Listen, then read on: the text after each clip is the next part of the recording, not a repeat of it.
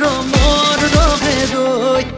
তাঁতশালৰ শিপিনী তই বগা মাটিৰ ৰূপহী তই বিৰি কৰে বিৰি নাঐ কলিজাতে সোমালি